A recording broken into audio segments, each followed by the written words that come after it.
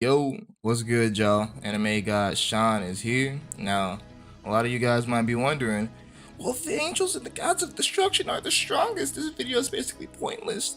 Well, no, you guys in some sense are correct, but this video is already excluding the gods of destruction, the angels, and of course the Xenos twins. Now, these characters are who I like to call the Dragon Ball versus current Big Three.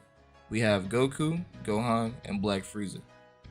Now I kind of have like a weird order that I like to assert, and it's going to go a little something like this. I have Goku and Gohan as the weakest interchangeably, and Black Frieza as the strongest because of events in the manga that are happening currently.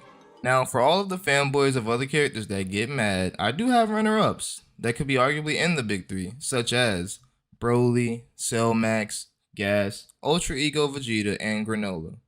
But for the sake of the video and current events, they are not listed. Now hop off the Dende, please. Moving along now. We've seen time and time again, whether it's in the anime or the manga, where Goku for the most of the time beats the strongest enemies in the Dragon Ball verse by himself. He's shown it with Moro in the Moro arc. He's shown it in the Tournament of Power arc with Jiren, although some would argue he had help eliminating Jiren. I won't deny that.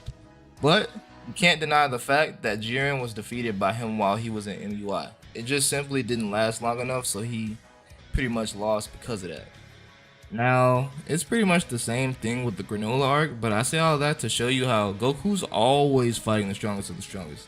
Even if I don't approve of the way how some of these enemies like Granola and Gas are just basically wishing for their powers, and even allies like Piccolo.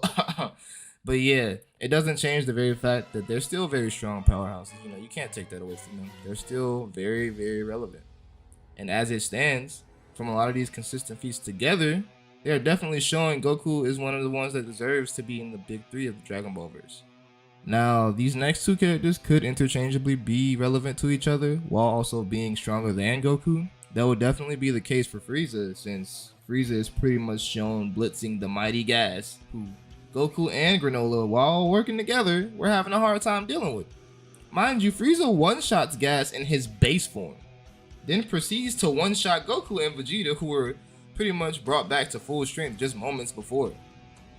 Well, that solidifies Frieza's definite top spot in the food chain placement of the big three, don't you agree? I mean, the evidence is blatantly there.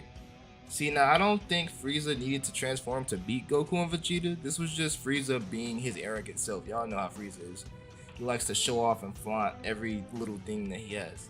But, you know, that was shown pretty much all throughout the manga, throughout the series.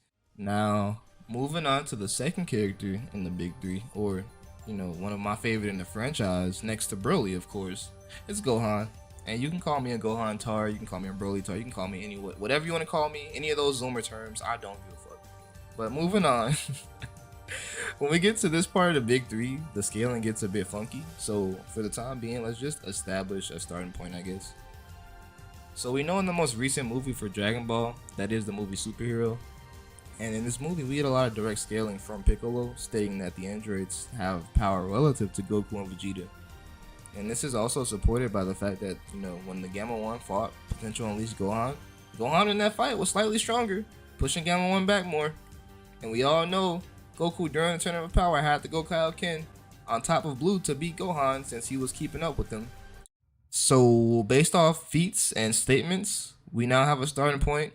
Gammas are relevant to Blue form Goku and Vegeta while being slightly weaker than Gohan's Mystic form. Simple as that. So, if you really want to know how strong Beast Gohan is, you'd have to figure out how strong Cell Max is, how strong Broly is compared to Cell Max, since by that statement you can imply that non-full power Cell Max could get beaten by Broly. Then, there's other statements like Goku saying Broly's even stronger than Beerus, and Goku's usually pretty accurate, but with the actual anime it could be inconsistent. Then there's the could Gohan Beast stop full power Cell Max, since neither of them went all out. There's just so many what ifs without enough information. The scaling for Beast Gohan and figuring out if he's stronger than Black Frieza in the big three is pretty much unquantifiable. Honestly, there's multiple arguments you could use to figure out who else could be in the big three of the Dragon Ball verse, but you guys can debate that in the comments. These are my thoughts. You can love it or hate it. See you guys in the next one. Peace.